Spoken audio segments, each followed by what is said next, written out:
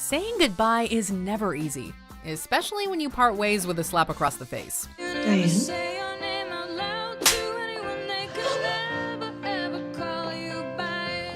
Welcome to WatchMojo, and today we're counting down our picks for the top 10 worst series finales. For this list, we're taking a look at popular TV shows that failed to stick the landing with their final episode, leaving audiences on the lowest note possible. We would say spoiler alert, but maybe knowing about these lackluster endings going in will soften the blow.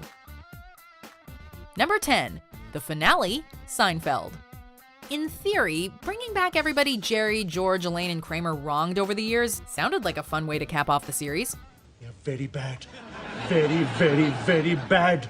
Instead of cleverly integrating these characters into a fitting farewell, though, the Seinfeld finale plays out like a glorified clip show. The big trial culminates with our four main characters sentenced to a year in prison for their petty, selfish behavior. You had to hop. You had to hop on the plane! When you really think about it, however, almost every character in the history of this show was deeply flawed. So, the fate of our protagonists just seems cruel and unearned. Honestly, we would have had more respect for the finale if nothing significant happened to Jerry and the gang. Haven't we had this conversation before? You think? That was basically the entire idea behind the series after all. Number 9, Daybreak, Battlestar Galactica. It appeared the Galactica's search for a new home had been in vain when they discovered that the fabled 13th colony, Earth, had been nuked. In the series finale, though, Starbuck inputs mysterious coordinates that transport our heroes to a planet that will one day prosper into the Earth we know.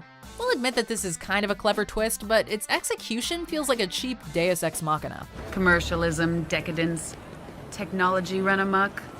Remind you of anything? What's more, the series leaves us with several questions the writers don't even try to resolve. Namely, what the frack was Starbuck supposed to be? One of the finale's most high-profile critics was author George R.R. Martin, who felt the show copped out by simply saying, God did it. Number 8, Mirror Image, Quantum Leap. What makes the Quantum Leap ending so frustrating is that all the pieces were in place for a satisfying conclusion. In Mirror Image, Sam discovers that he has the power to finally make the leap home. God bless Sam.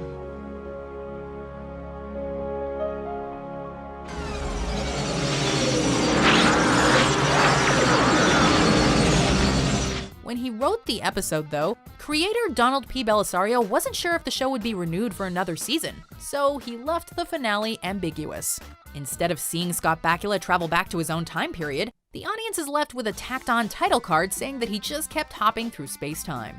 For years, there's been talk of a potential Quantum Leap continuation. Until then, the words Dr. Sam Beckett never returned home will remain a bitter blemish on this show's otherwise enjoyable track record. I know you're out there somewhere, Sam. Number 7, Of Course He's Dead, 2.5 Men. This sitcom officially jumped the shark after Charlie Sheen left, and had been running on fumes by the time its final season was farted out. As one last middle finger to those who stuck with the series for 12 seasons, the finale continually teased the return of Uncle Charlie.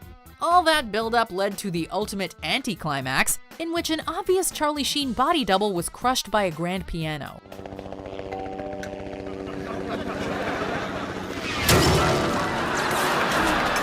Then, in an even more curious move, co-creator Chuck Lorre was hit with another piano after spouting Sheen's infamous catchphrase. Winning. We think this is supposed to be meta humor, but we have no clue what the showrunners were trying to say here. All we know is this finale is anything but a winner. You're not the only one to point out the illogic. Number 6, Thank You, True Blood.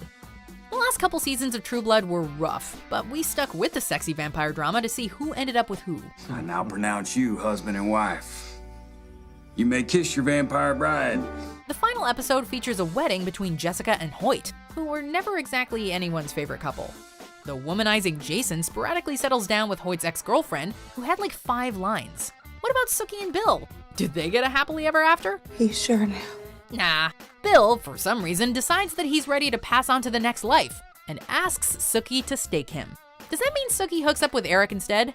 Nope. Well, then who does she end up with? Some random guy we never see or learn anything about. Oh, you are dead to us, True Blood. Number 5, the last one, Saint Elsewhere. Although it was far from television's first medical drama, St. Elsewhere stood out as one of the few to have a refreshing sense of humor. The final episode is a straight-up joke, however. Turns out the storylines that have been unfolding and the characters we've grown to love over the past 6 seasons weren't even real. He sits there all day long in his own world, staring at that toy.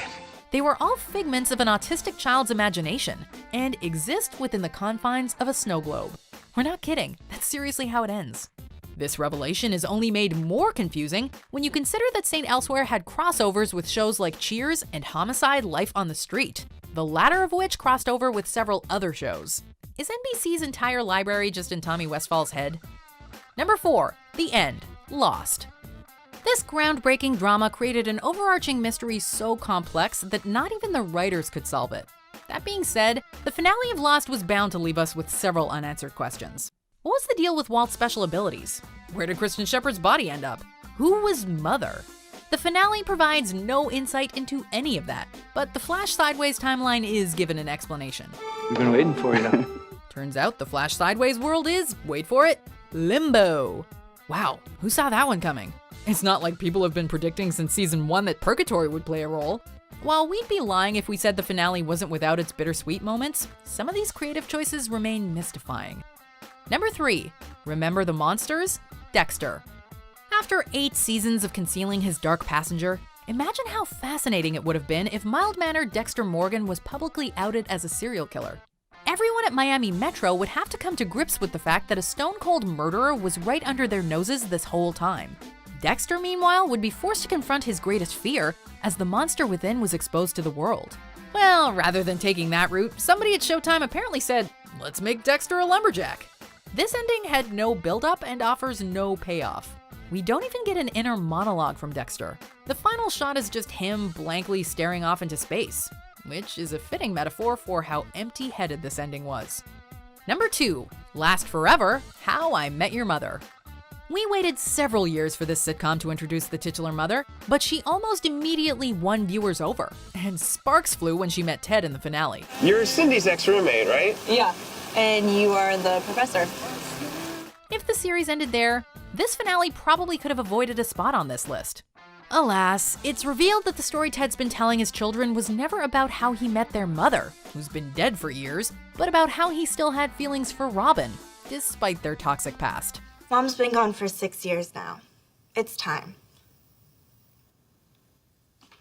What, I just call her up on the phone and ask her out on a date? Considering that the last season revolved around Barney and Robin's wedding weekend, and the show is literally called How I Met Your Mother, the audience felt like the rug had been pulled out from under them, and not in a good way. Before we unveil our number 1 pick, here are some honorable mentions. We've already prepared the mission specs. Low-risk insertion, simple alias. Who knows? Could be fun. That's what you say every time you show up on my doorstep.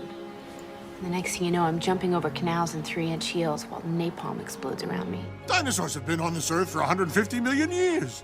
And it's not like we're going to just disappear.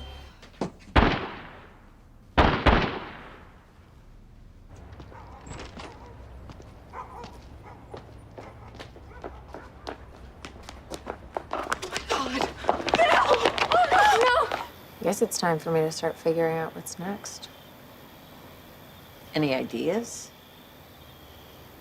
A piece of me has always wanted to go to law school. Ugh, so boring. Was that really the right thing to do? Everybody did what they did I on their destroyed own. a legacy you spent a lifetime forging. I did that, not you. I did that willingly. You didn't have a choice. I went over that cliff with you. And you made a mistake. How can you say that? Because I was the problem!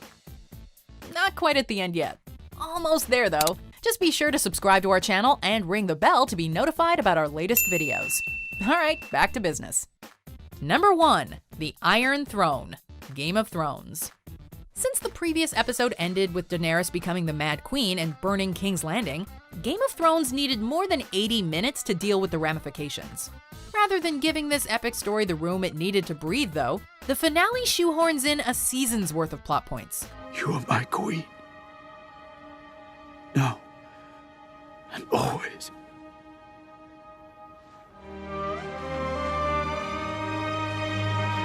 Dany is killed by the man she loves, Bran is randomly selected as the new king, and Jon Snow's entire character arc is thrown out the window. Everything wrong with this massive letdown of a finale can be summed up in a water bottle the crew accidentally left in a shot. It's so rushed that apparently no one had time to think, hey, maybe we should do another take, or an entire rewrite.